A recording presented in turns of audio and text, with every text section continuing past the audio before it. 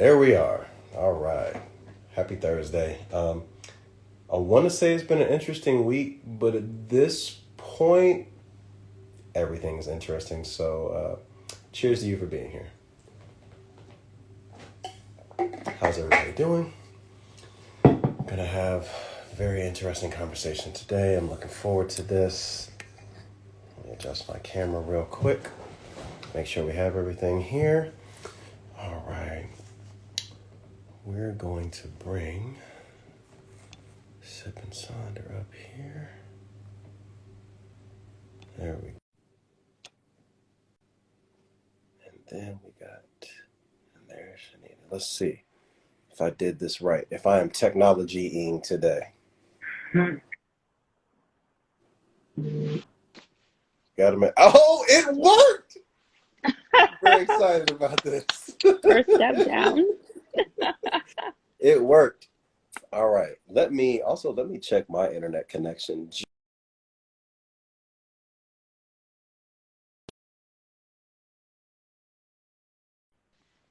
There, I'm here. There's Shanita. Oh, There we go. all aboard. Yes. Hi. Hi, y'all. Hi. I'm talking to everybody's followers today. So, for those of you that are wondering who I am and why I'm here talking to y'all friends, my name is E.C.Wright. I am founder and director at Burnt Sienna Research Society. We're an institute of design, research, and critical thought.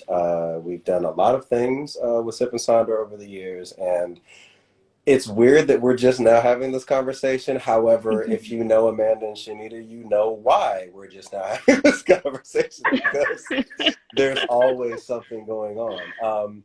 But on the Burnt Sienna side of things, today is, nobody asked for this, the Burnt Sienna Lecture Club, and we're in conversation with the founders of Sip Sonder, Amanda Jane Thomas and Shanita Nicholas. Hi, y'all.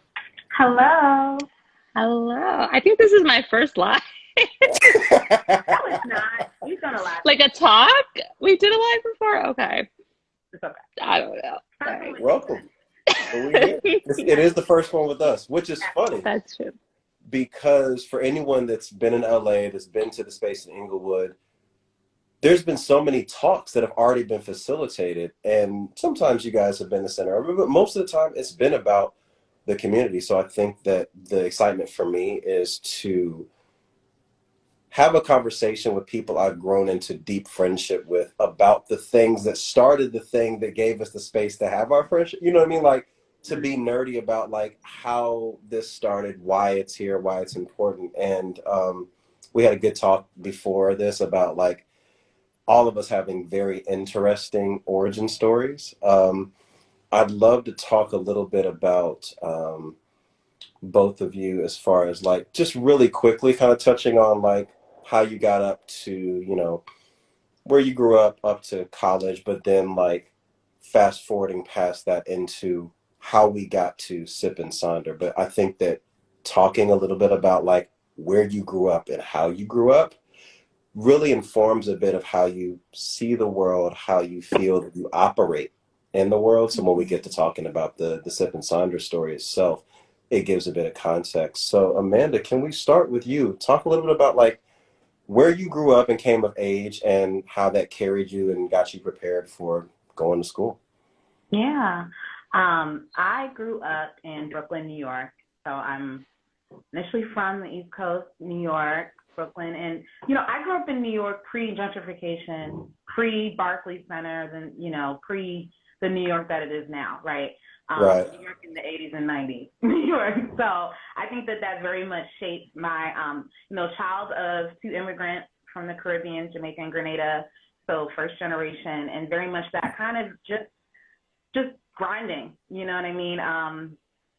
And when I was in, I think the trajectory of my life kind of changed when I was in like junior high, learned about this program called Prep for Prep. Basically, it's a program that would pluck students that they felt had potential out of low-income public schools in New York City and prepare them to enter independent schools and private schools, and look for schools that the richest of the richest for lack of other words, oftentimes white people went.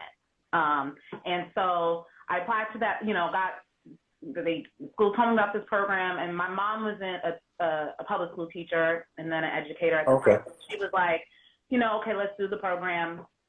And went through it, applied. And I remember the day that I got in, I actually cried because I was like, my life is going to change. I was like, I'm going to have to leave my public school. I'm going to have to, I lived in Brooklyn. The school I got into was on the Upper East Side in Manhattan.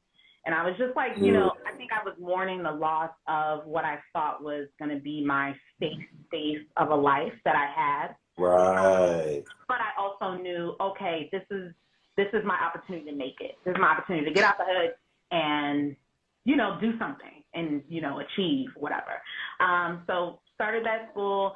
And really, I think that kind of, at that time in the, 90s, it was like, okay, the education was the way that I could change the trajectory and, make something, make my family proud, like bring everyone up and whatever. So went through that program and started going to that school on the Upper East Side. And that was really that first, I think, experience of having to live in two worlds, right? Where my train rides, I would leave, early in the morning, take like a 2-hour train, bus, and walk all the way to Upper East Side and go to school with folks that had drivers and had, 3 homes and, a lot of access, and then, leave that at the end of the day and go back home. And so it was this first kind of introduction into having to have multiple worlds of navigating, which is tough, like, growing up because you're still developing, you're still trying, all of the above. And I think that was, I don't think I realized it at the time, but I think the whole looking back, I think that was the beginning of this idea for me, at least the importance of what it means to have a space that I fully could feel comfortable in. And I think that throughout my entire, through that experience and going off to college, I went to Harvard for undergrad. That was also difficult, found my safe space there, but the number of Black people there was minuscule compared to the larger population. And also everyone's so wealthy and they have, generations, their great-great-grandfathers, but they have buildings named after them, endowments. And again, that same idea of, okay, being that outsider, but having to navigate, and the same through law school, the same through then entering corporate America. I worked in corporate America for years in New York. That's actually how she and I met, practicing as attorneys. Well, let's put a pin in that because I definitely want to go into that.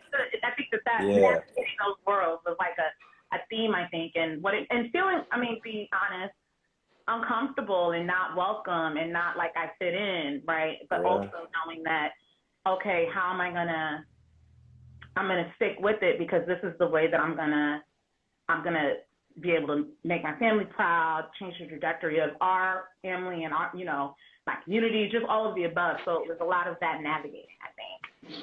And I think, Shanita, that's something that you talked about a little bit specifically before we got on the call, but something that you and I talk about frequently is like that balancing of dual worlds, as you put it, but then also like your start wasn't from the same place that a lot of people would think that it is. So let's talk about how you kind of got up to the point of being in school and then eventually meeting up with Amanda. For sure, yeah. So, and I have the typical Army brat story. So born in Germany, moved over to the States, started in either Georgia or started in North Carolina. The beginning's a little fuzzy. But having that like every 6 months or every so often moving, right? So I was in North Carolina for quite some time, moving around Fayetteville, shifted over. My mom and I actually took a road trip drive to Texas from North Carolina. So highlight of my life, such road trip that we got to take and really got to know each other in that road trip. I got to Texas. That's where I started high school. There was also I don't know why this popped in my mind, but it was, the year of 9/11. And so had this interesting Army base. And that was before I had ever moved to New York. Not sure why that popped in my mind just now, but that was a moment for me when I was there.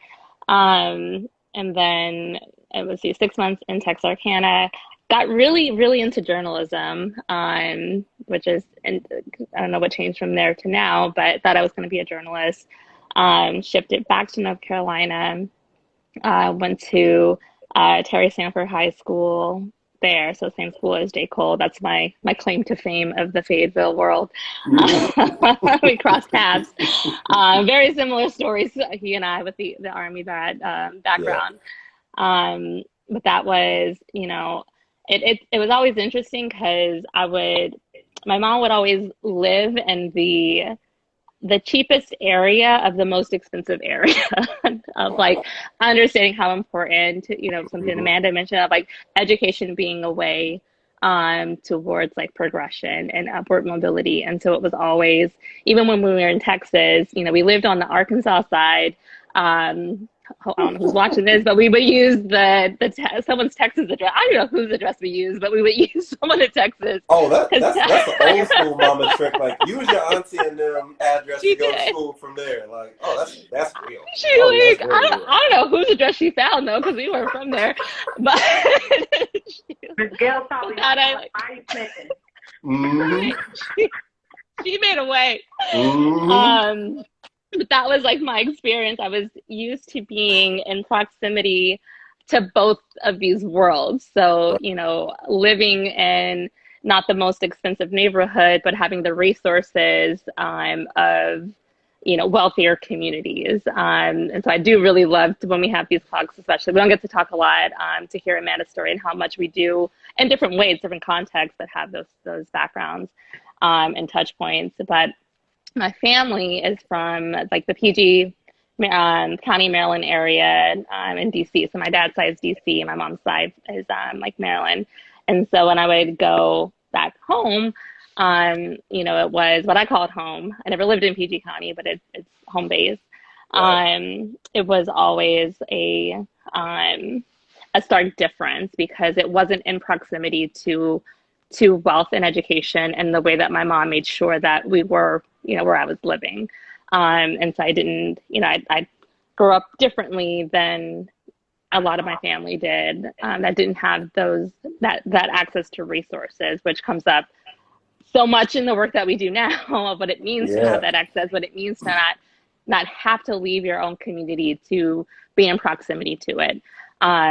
Because I saw, I think we both saw that world of not having it and also having the proximity. Yeah. And so that was And a folks that huge have the thing. proximity, but Hmm.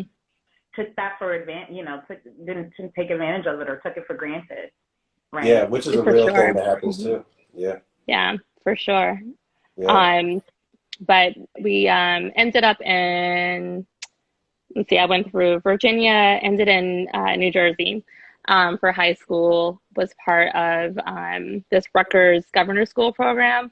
Okay. Got really into that, became, went into engineering school in New York, and then, went back to DC for a little bit and did what a lot of people around that time did in DC, applied to law school.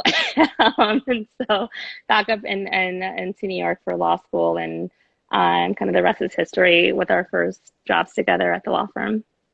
So you work at a law firm. Both of you have these incredibly beautiful mosaic paths that have led you here. Why coffee? Like, how did that become the thing? Was it fueling the nights of poring over documents because you not get good coffee? Or was it something deeper? Was it supply chain wise? Was it an awareness of something? Was there a trip that you took that like shifted your perspective? Like, why did coffee become the vehicle or the lens for you to utilize to funnel these things through? Yeah. It's so funny because I always will say I never dreamed of being in coffee or that I would be in food and beverage. I think that for a long time I knew the things that I was passionate about, but it was a matter of figuring out what that actually looked like tangibly in terms of a career and a way to support myself, a way to live. And actually finding that for a while, those two weren't aligned. Like the things that Mm. I put myself through school and law school. So it was graduating from law school. I have debt. I need to work.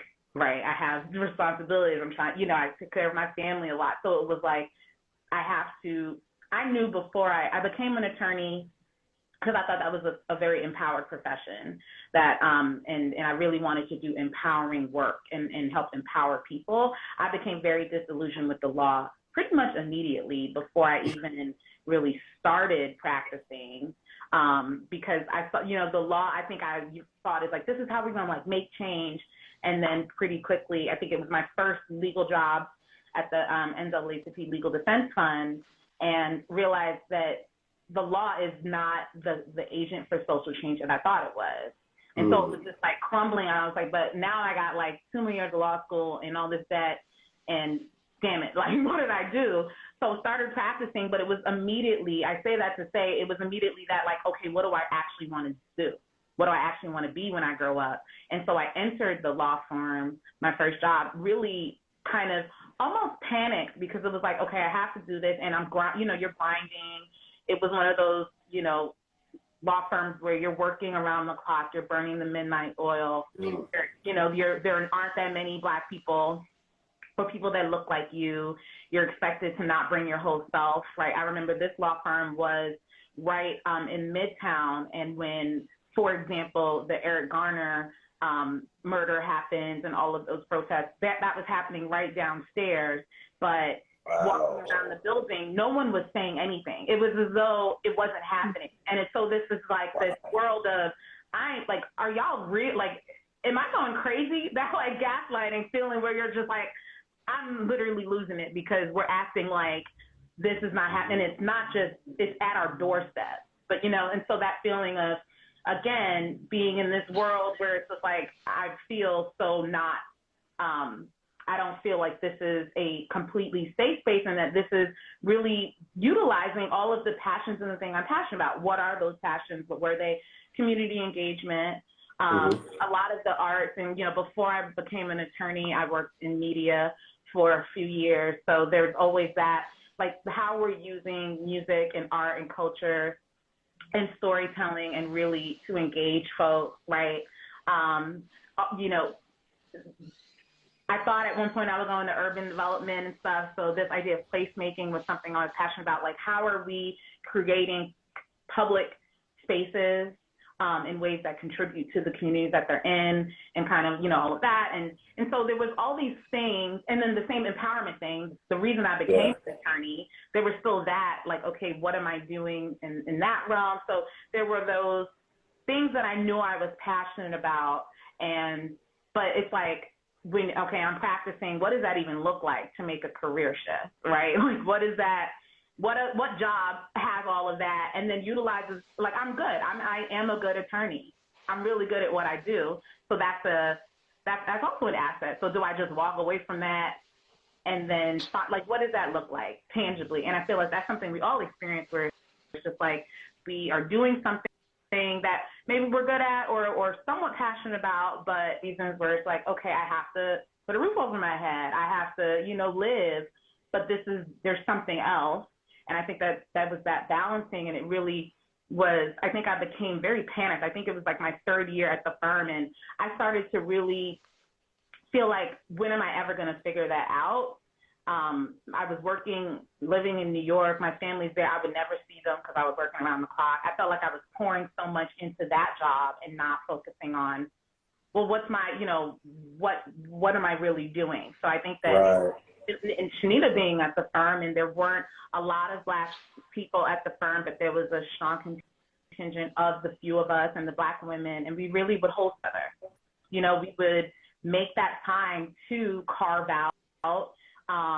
We would do yoga and meditation. We would, at the firm, we would have time that we would spend outside of the firm. And I think that really just started what ended up being the space that Shanita and I were able to share with each other, of, we know this is not it, but what do we want to do? And I think that having that, again, that space, the whole space for each other, where we just would have conversations like, what are we doing? And then eventually we both left that firm and went on to other firms. So we would keep those conversations going. And we just started it was like allowing ourselves to dream and like dreamed it, right? And in the course of those conversations, we, you know, would throw out a lot of different ideas. Some I think are still great. They're not off the table, but, you know, but some that were, you know, laughable, but we would really just kind of be like, we had nothing to lose. Like, let's just throw everything up on the table, like on the wall. Like, what can we possibly do? Right. When I was younger, my mom taught me the word entrepreneur. She started off as a public school teacher and then started her own school for early childhood school. And I was like, you know, I asked her one day, like, why? And she was like, entrepreneur. She was like, you really want to be an entrepreneur so you can direct the path that you want to take. And I didn't understand that, right? And that kind of sent the way. But that was always a thing. So I'm like, but what? You know, everyone wants to do something, but that may not make sense for everyone. So there was also like I don't want to just jump into something new just because. And anyway, in those conversations we were having, coffee came up, you know, and we started talking about coffee.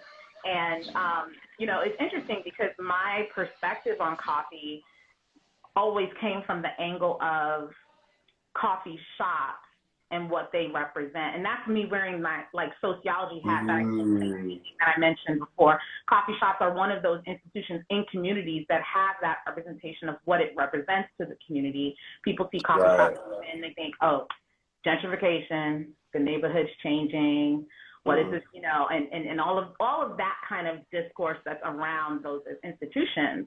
And funny enough, I didn't start learning about coffee or having a relationship with it until I went to my independent school that was in Manhattan, that I would, you know, take trains from Brooklyn and go to Manhattan because coffee wasn't really part of the culture that I grew up with in Brooklyn. There were no coffee shops. Right. There was one in like Park Slope that we would like sometimes go to, and it was like a big deal. It was like, okay, you know, when you get in there, like, don't touch nothing, you know, like, you know, that kind of idea, right? Yeah. And so for me, coffee shops were never a place that was like in my hood that I could just go and be. It was like this special experience, or like I had to be on the Upper East Side. That's when like Starbucks started popping up. And it was like, oh, big girls were, you know, going to Starbucks and getting their latte. So it was that kind of experience. And it was that, one, they weren't in Brooklyn. And two, the experience that I had with it wasn't one of safety, of my own, my embracing of coffee as a product that's from the Caribbean, Africa, Black and brown indigenous countries. It was none of that. It was this foreign product that really wasn't for me, that was for richer kids. And so, you know, we just started talking. We started sharing, you know, our experiences, and then, you know, pass on to Shanita her experiences, and really again, having that time and space to have that discourse is really, we were like, okay, there's something here. And those wheels started turning. But it kind of, I didn't see it coming. Like when starting those conversations and kind of that, like, what are we doing? And I, you know, becoming panicked about, I don't know what I really want to do. I feel like I'm going to get stuck and da-da-da. And fast forward, coffee enters the picture, and then kind of, you know, the rest is history. I'll pause there because I know, you know, Shanita's story with coffee. But it sets the place of what it feels like. Like, that's the real reason I love having these conversations. No one really talks about, like, again, nobody asked for an opportunity to, let me ask you how terrified you were to start this thing. And that's why I'm asking, because all of that, it gives context to like someone else that's like, I don't know if this is a good, is this a good idea? Should this be the thing? I thought I should have this figured out in 2 months, and here we are 7 months later. I still don't know what the thing, like, that's a real thing. And having to go through those iterations is real. Like, Shanita, how was it on your side of it? Like, what were your experiences like paralleling there with like where Amanda was? You guys were in the same firm, but again, you have your own set of things where you're coming from and found things like, how did it evolve for you on the end of being the other side of what became a partnership? For sure, yeah. I mean, it's always, I always remember something new when I kind of think back about my coffee experience. But so much of that initial entry point into kind of the coffee world for me was also through just coffee shops generally. And really having moved so much, knowing that there was like this one place I could go to wherever I was Mm. in the world, that I could go to a coffee shop and have this space. And like, even now when I travel, the first thing I do is look and see, okay, what are the coffee shops that are around that I can like anchor myself with? And they were like these anchoring points every time I moved, to a new place. And so I really, came in with that perspective. I didn't have this, my initial thoughts around coffee shops wasn't around gentrification because that wasn't my experience with it. It was kind of only, more later in life when I was in different communities or, being able to choose my homes, but I noticed, okay, these experiences aren't there, or like when I Yeah. would go home, to PG County later on in life and want to go get a good cup of coffee or just take a break from, the everyday family life. I would have to travel like an hour away almost to get, down to DC basically, Yeah. to get a cup of coffee that I felt was a quality cup in a enjoyable space. So it was just, that anchoring point for me, especially in New York. I just heard this joke a few times, but I would like joke and say I went to law school and became a lawyer so I could be in coffee shops, and it's really not that far from the truth. Low key. Like, Expensive hobby. it's a very expensive hobby. But I loved that, like, it was where the place I went to, it was like, it felt like home, like being in coffee shops felt like home. When I was in well, I guess grad school, well, actually also our undergrad was like the first, interest in what, I'm gonna get real techie because I can't help myself. Do Apologize in that. advance. Do it. This is the place for it. Because ain't nobody asked for all these words. Y'all getting all of it. Go All the off. work. Go. But one of like my thesis projects, I studied chemical engineering, and we had two like final thesis projects, and one was around utilizing agriculture as an energy source. And so we, like the team that I was with, we kind of focused on coconuts, and so we really dove into like the components of a coconut. How can we start to separate it out and then utilize that to create energy sources? And expand that beyond. And so you really dig into like, okay, ethanol came out, but now you're utilizing corn sources, and now you have famine. Thinking through products from one side, and coffee as one of those products that we are kind of, working through what that could look like.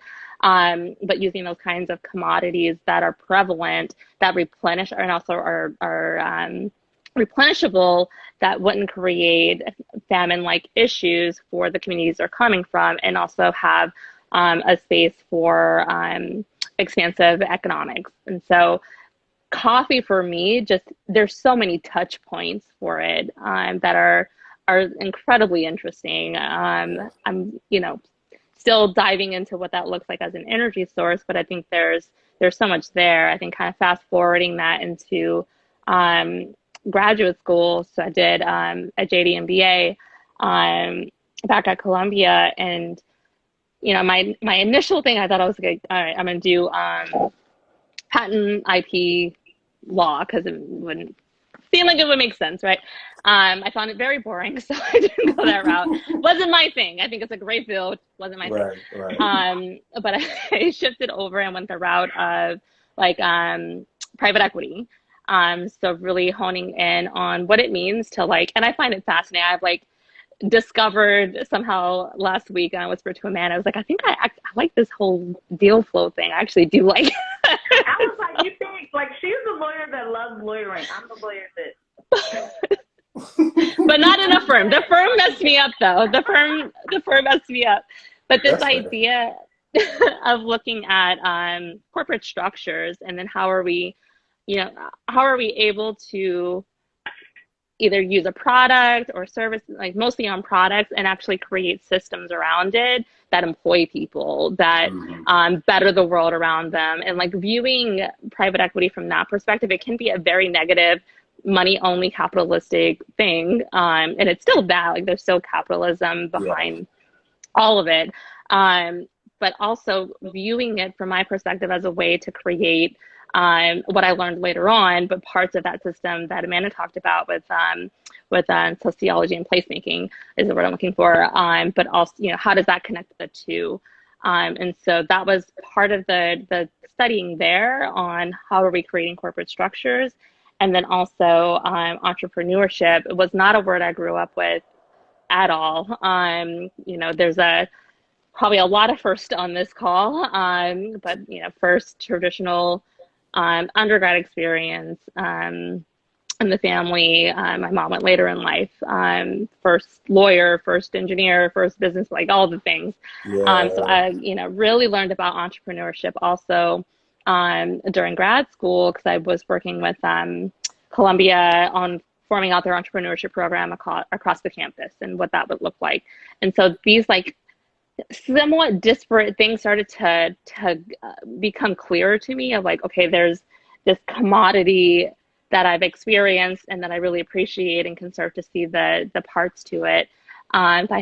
There's this kind of business side and structuring, and then there's this entrepreneurial endeavors that really start to create a whole full ecosystem. And so I brought all of those things onto the law firm ultimately in the back of my head and thinking through, and it all like still comes up every day, like the first what's it called? Not trademark,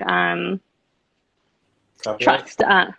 No, it's completely different what I'm thinking about, but the idea of monopolies and creating systems that are going to create like monopolies. And so we were looking at elements. And so it went back to me of like, what are the elements or components of agriculture that could be considered monopolistic, going into like commodity trading. Generally, I was a derivatives lawyer for a while. And how are we looking at those products now in a financial world, right? So now you have coffee as a financial commodity and viewing that. So all of that, I brought all that energy into that conversation and those safe spaces that Amanda described that we have for one another. I didn't fully know how it was gonna look. I didn't have like a concrete idea of it. I knew that I was interested in coffee, corporate structures, entrepreneurship, right? And that's kind of where I came to Amanda and learning about her story and everything that she talked about as a background as well.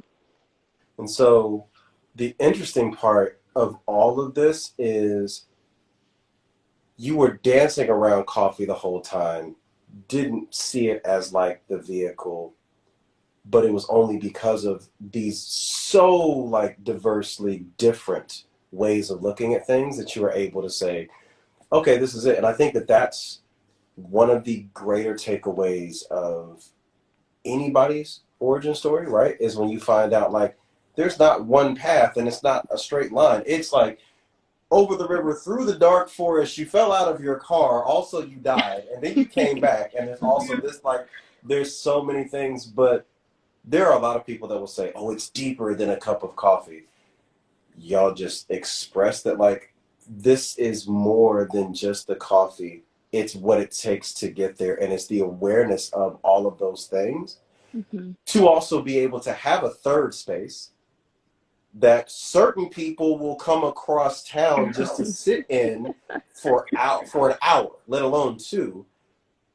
It was all about, we can't just focus on this one thing. This one thing is the result of all of the myriad other parts that came before it. And that's a beautiful context of understanding where you would fit within any ecosystem, where you could fit based on the parallels you could make from, I'm a really good lawyer. I know this thing. I understand systems, but also various things you've studied and life experiences. All of this, it all makes sense. And the intention of just having a space where people of color can sit and just decompress before you go home or after you drop the kids off or somebody's at practice or whatever, or just like you need a breather, you need a place to meet up, you need a place to read that book because you can't do it like, they've touched on this a bit in Abbott Elementary. You've seen other people talking about these things, but like the importance of community can't just be found in passing at the grocery store or at somebody's, football, basketball game, whatever, or at the park sometimes because the weather is mostly nice in Los Angeles. But like, there has to be a space, and like that intention. I'm gonna pick that up in a second because I do want to talk about like how you started, and of course the whole coffeepreneur. That totally makes sense. But because when you first got to LA, there was the groundwork of investing and understanding how to support entrepreneurs. But the process around how you're fueling everybody's caffeine and understanding, like, you have shirts that say coffee is a plant, and like recontextualizing that and like talking out loud in public about black and brown hands or who are farming this thing. Shanita, you want to like pan around and show I know like, I was going to. yeah, I I'm feel like I'm like, always wearing the right shirt. and that's the thing. But then also, are you in the back? Are you in the roastery? Like, where are you at right now? Storage I'm in our room. back space. Yeah, the Okay, storage room. so for those that are watching this that have never visited Sip Sonder, they're roasting their own beans on premises. Like, that's a part of the process, and it's very transparent. It's outside in this big, like, there's so much transparency here, but even in the name Sonder, meaning understanding the experiences of someone else and valuing the fact that they are just as rich and complex as your own, that requires a different level of transparency. So it's through and through and through. It's very clear why Sip and Sonder exists, why people have taken to it, even if they didn't know your story at all. They just engaged with any of the baristas that happen to remember their name, remembered their coffee order, had those amazing pastries that are there, that had a meeting that changed their life, that, conducts research fellowship meetups there. Like, book readings and art shows, and like the space has been so many things, and that was just pre-pandemic. We're not even going to talk about all the things that you did providing coffee to frontline workers and things of that nature. Like, you've been involved in the community that you landed in, but when you started, before you opened up the space, let's talk about the entity that eventually became Sonder Impact. Yeah. So Sonder Impact is our 501c3 nonprofit organization affiliate of Sip and Sonder. It was formerly known as the LA Black Investors Club. So 501c3 nonprofit, and it predated Sip and Sonder. Folks often are like, how did you both end up in Inglewood, right? Like, why California, why Inglewood? And I think the LA Black Investors Club came first. The right now Sonder Impact has a slightly broader scope than what LABIC, that's the short for LA Black Investors Club, started as.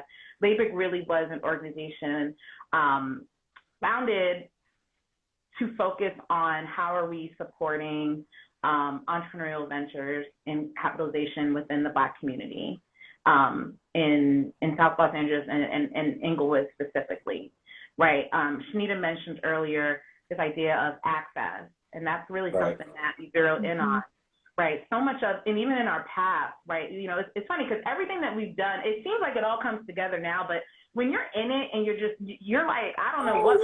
You're like, I don't know what I'm doing, but I'm gonna keep doing it.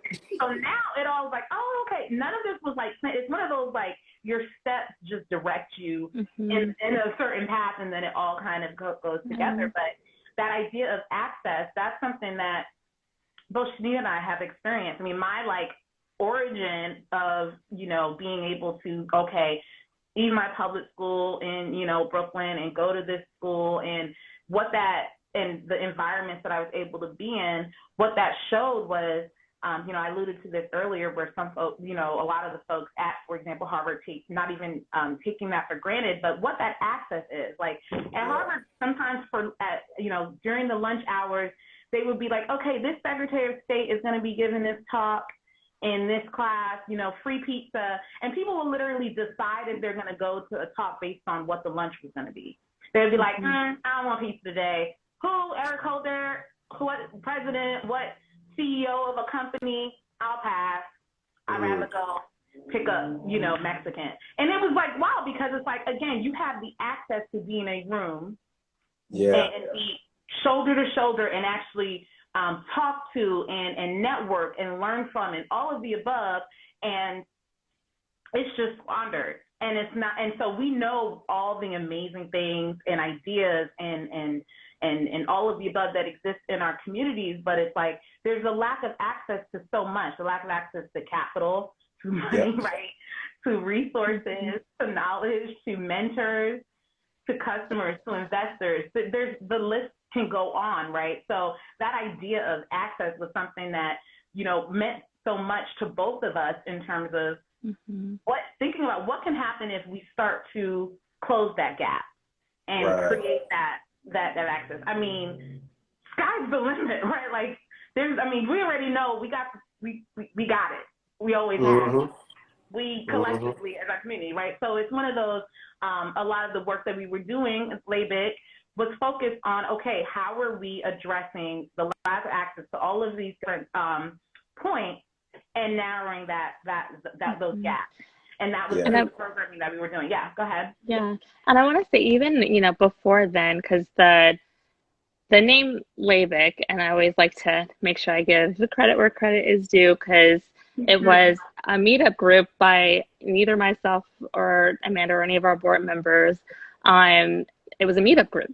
And, you know, it was like looking at it, and I had just moved to LA and said, I want a community. I want that experience. I want to have that access that Amanda is talking about to learn and gain knowledge in these areas. It just so happened the meetup group was ending, and like 3 weeks after I joined, and there was a moment of Chris, founder of the I don't know if she's starting to do some more programming. I saw her a couple weeks ago in Inglewood, so I'm excited to do some programming with her, and that's through the nonprofit. And what was her name again? I missed that. Crystal. Got it. What's Crystal's last name? I'll circulate the last name, but I forget now. But it was like that moment, you know, I had been in LA for maybe 4 months, and there was the email that said this group is going to be discontinued. You know, does anyone want to step up and keep it going, basically? Wow. And it was like that shift of like, well, I don't necessarily want to lead anything. I just want this group to exist. Like, so this is what it takes to keep it around. I was like, I will pay I think I still pay $20 a month. Wait, no, I took that off. It's handled. Okay, perfect. Okay, good. Also, shout out to anybody that found it a good idea to start subscription services, because people be forgetting. So you could have just been like, yeah, but it was that, you know, just, you know, going into the specifics of the programs that we created, like we were able to look out and see what existed, because it's very infrequent that you're restarting anything from scratch. There have been so many bodies and minds that have started and continued and built on. So I just wanted to, before we go into the programming, because I know we built a lot since then, but that we did have, you know, that foundation and looked out for that. That's really important to flag. I mean, that's on both the nonprofit side and the Sip Sonder. Like the greatness that we see all the time come at different points, that it always has existed. It takes, you know, it's often like the set of circumstances that allow, okay, something, for example, it was the timing of, okay, that meetup group disbanding, and then someone being like, okay, let's keep this going, right? But like we didn't create the idea of a group of people that are going to get together and are going to network and are going to exchange and are going to build or whatever. And it's like that, because that's not novel, right? Like we've been doing that, and it's taken different forms in different cities, different generations, and different times. It could go all the way back, right? So I think that's also, and I think the acknowledgement of that is super important, because it also informs how are you approaching it? How are you approaching the work that you're doing? How are you approaching the place that you're doing that work in? How are you approaching the community that's there with that level of mindfulness, that level of awareness of what exists already, right? That's very true. All of that is part of it, right? And that's both the work that we do with the nonprofit as well as with Sip Sonder, right? And so I think that point is a really key one of what it means to be a mover and an innovator, but also what it means to take homage and be mindful and respectful of, this is stuff that it's always been here, and we're just, and that's why I think whenever we, use the language like it's a privilege to serve, it's a privilege to be here and doing the work. That's why it's a privilege, right? Yeah. It's a privilege to be able to have open arms, to be like, okay, it's not leading, it's like, let's do this together. Right. And that line of thinking, which is super, in our opinion, in the way that we've approached the building of the nonprofit and Sip Sonder, being very mindful of that.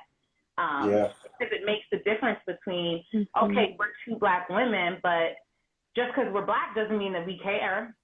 We all know many people and see that, right? So we don't want to just slide by on just based on like, okay, they'll see we Black and then give us a thumbs up. What's the whole, all your skin folk ain't your kinfolk?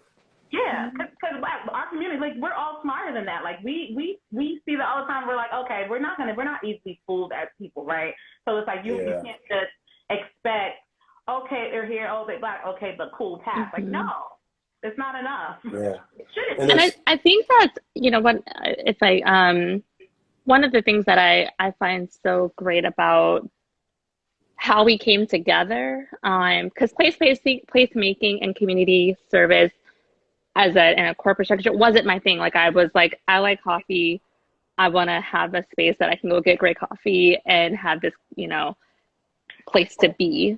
I cared about the community, but it wasn't to the level that I'm able to engage with it now. And so I think those are I think there's two things there. I don't think you have to, if you espouse to be something, you should be that thing, right? Like, be authentic and genuine. If that's not your thing and you have a widget and you just want to make a widget, regardless of what you look like, then make your widget and go on, right? Like, that's a positive thing too. So I just, I think there's so many places to be all of ourselves, with the underlying of like, be authentic in it and be genuine. And, if you're going to say it, then, you got to be it.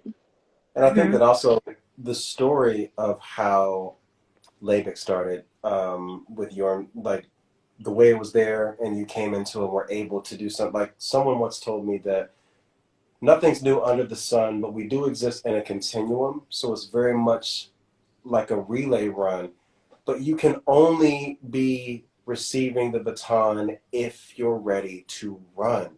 But if you're ready to run, you may be coming into a space that needs to pass the baton because they need to rest. And both of those things are super important to bring up, because there are Black nonprofits out there, there are minority-led nonprofits out there, and just things that did all the work to create the space, and now they're tired and they don't have any more ideas. And you got ideas and you're about to try to go do a 501(c) because you want to say you did it. Go give them the programming. Like, someone needs you and your ideas and your energy to make good on everything that they did prior to that. And the thing will happen again, but don't be afraid to participate just because you see something already existing. Because there's always going to be something already existing. And that's something I hope anyone watching remembers. I say this to photographers all the time. If you're the person there with the camera, then you were the documentarian. Your credentials don't matter. You were there to capture it. Look at any image from any conflict zone. You look at any image from any crisis zone. The person with the camera was there to tell the story. But likewise, sometimes it's just showing up to something that you believe in because you're a fan, and now you're entrusted to be the steward of that particular thing because you can be trusted with it because you've already shown that you love it. And that doesn't mean you have to do it forever, but you might be the person that's best suited to help it last forever. And I think that the story that both of you have shared today really puts that into context. Like, you definitely talked about a lot of the things that you had to overcome internally. We won't even get into external barriers of you shouldn't do this and why are you doing this and blah, blah, blah, because then we have to do a part 2. And I could talk to y'all forever, but for the sake of your time and for anyone that will be watching this recap, because the hour's a long time to look at your phone, we're going to quickly wrap this up. You can talk to Amanda and Shanita as long as they don't look frazzled and you buy them coffee. anytime in Inglewood, and potentially if you catch them not at their computers in front of the Disney Concert Hall. But just to put a point in it for now, because I feel like this will be a conversation for us to continue, whether it's over on the new website, whether it Shout out to is in Shessa. person. Shout out to Firebrand, shout out to Shessa. Whether it's in person doing something at the space or something that none of us have thought about yet.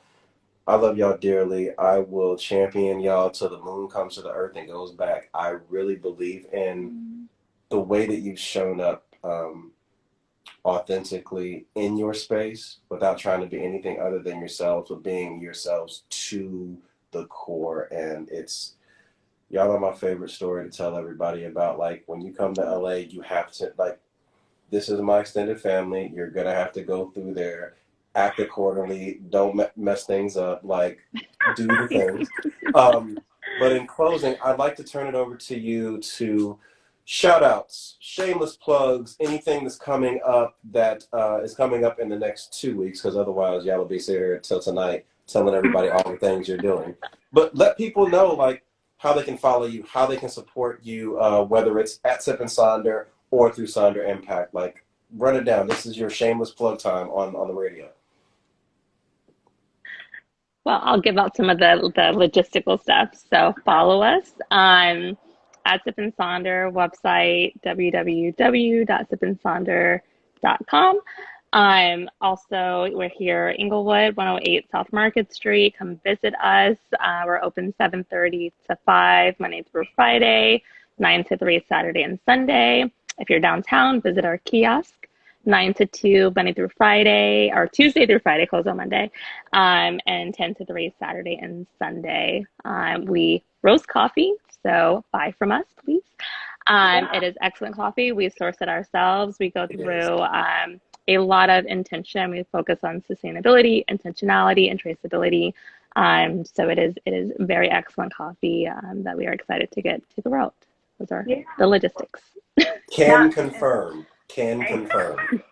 And we're excited. We have, we're always up to something, and we like to think of coffee as our baby, it's our golden child, really good coffee, and how are we using that to continue to be the culture and uplift the community. So our different programming that we have, I think just staying tuned to our Instagram as we, roll things out. We have, we'll be launching some new coffees. We have our new website that we launched, and so we'll be doing some fun stuff there, and just, continuing to partner with other like-minded organizations and beautiful Black people and brown people. So we're excited for continuing all of that fun stuff that we do as well, because we deserve to have some fun. So yes, there's more of that absolutely. Yeah. And to plug, just to plug a business, because we have so many that are very near and dear to our heart. Here in Inglewood, the Gray Space is a attachment of La Create Space, a co-working space. It's a, what would you call it, like a fitness, yoga, all of the mindfulness. That Marissa created from La Create Space. Amazing space. We partnered with them on some programming through Sonder Impact last year, and on the Sonder Impact side, also we have more programming that we're going to be rolling out. So that's both on the entrepreneurship side. The last entrepreneurship program we did was the pitch competition with Black Ambition in, when was that? February. That's so long ago. Just a month. February. So we're going to be doing more on the entrepreneurship side as well as the well-being side. So that's stuff that we're going to be rolling out in the next couple of weeks. Cool. Yeah. Well, keep posted on the calendar, www.sipandsonder.com. New website, new calendar. that is the best way to keep up. For sure. That's it. Like, the calendar, but I guess the Instagram is a good way to see what's happening, like, within a day or two. Calendar's a good way to plan because there's always going to be something. Highly recommend checking out the calendar, because if you have a free weekend coming up, it's good to know what's going on and kind of plan around that. It's been very helpful for me, so I hope that it is equally helpful for all of you. Thank you all. I know that this has been a 3.5 year coming common conversation as far as like in public, but we talk Probably, all yeah. the time. But I'm glad that we got it today. Thank you for letting me archive you and hold a space for you to tell your stories, maybe in a way that you hadn't normally gotten to. It's been wonderful seeing what you're doing, and it's going to be wonderful to see what goes from here. So, to wrap things up on the Burnt Sienna side, quick housekeeping. Next week, we will be at Show and Tell at Arcana. You all know how we feel. You know how we get down over there. If you have a book to share, pull up. Otherwise, it's going to be the Jason E.C.Wright narrating book show. And no one's mad at that either. So it's fine. And I need to buy new books because I think I've gone through all of mine now. You can also find selections curated by Bert Sienna at the kiosk in downtown at Sip Sonder, so you can see that. And other than that, I want to wish you all a wonderful weekend. Everyone watching, thank you so much for tuning in. If you have any questions about certifications on the Burnt Sienna Standards, drop me an email at director@burntsienna.org. Visit our website at burntsienna.org. Or if you are curious how we could potentially help you through design research, contextual research, or much more thoughtful and historically based copywriting, go to our burntsienna.org/lab page, and all of those things will be there for you. But in the meantime, be kind to your neighbors, be aware of your family members, and feed yourselves delightfully well as you do your evening routines. I'm Jason E.C.Wright. Thank you, Amanda Jane. Thank you, Shanita. We'll see you all soon. Awesome. Bye. Bye.